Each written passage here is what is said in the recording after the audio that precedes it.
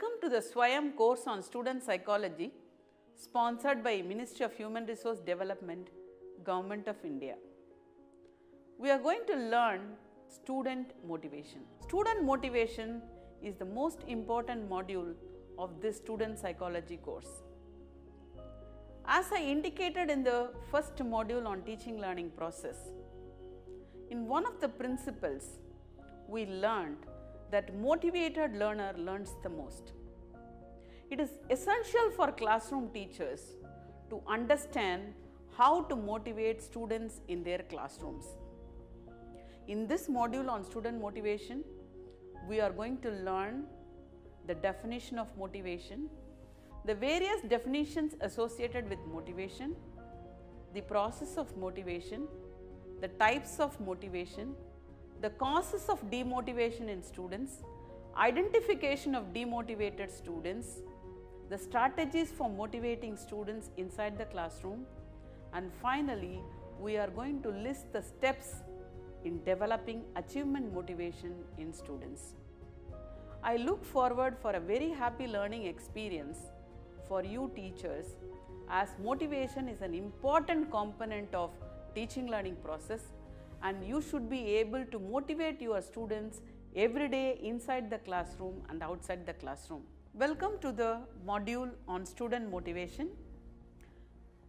In this segment, we are going to look at the definition of motivation, the various definitions that are associated with motivation, and the list of theories that has evolved for motivation.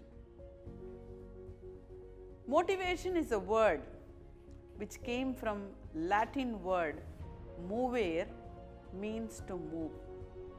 There are many definitions by many people in many perspectives. Let us look at some of those definitions. According to behavioristic school, motivation is the why of behavior. According to the father of psychology, the great Sigmund Freud, motivation is nothing but unconscious impulse. According to Abraham Maslow, motivation is the process of need-drive satisfaction. Hull states motivation is the process of tension reduction. And David McClelland, who worked heavily on achievement motivation, says motivation is the impetus to do well. Let us look at some of the terminologies which we have just now come across. The first terminology I am going to discuss here is motive. Motives are conditions, psychological, physiological, within the organism that dispose it to act in certain ways. Let us look at the second terminology, which is a drive. It is an intra-organic activity which initiates specific activity and behavior.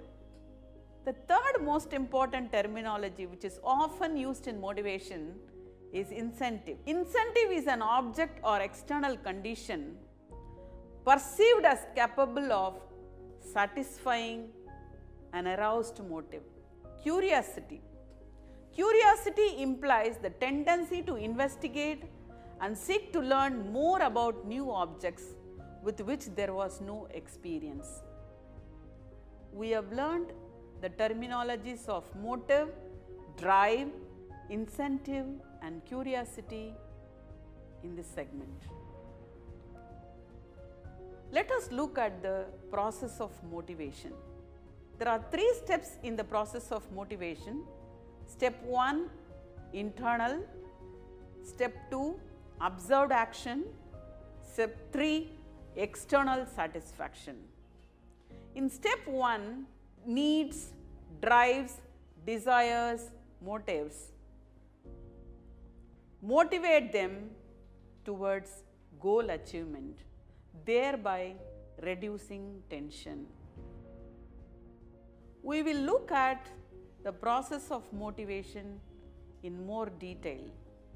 I am going to discuss about the various theories of motivation and the theories of motivation which are directly applicable to the classroom situation.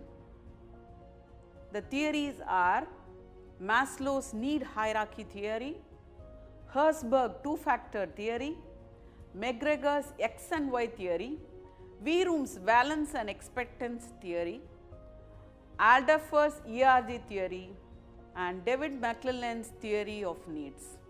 We are extensively using Maslow's need hierarchy theory and McClelland's theory of needs in our teaching learning process and for motivating students.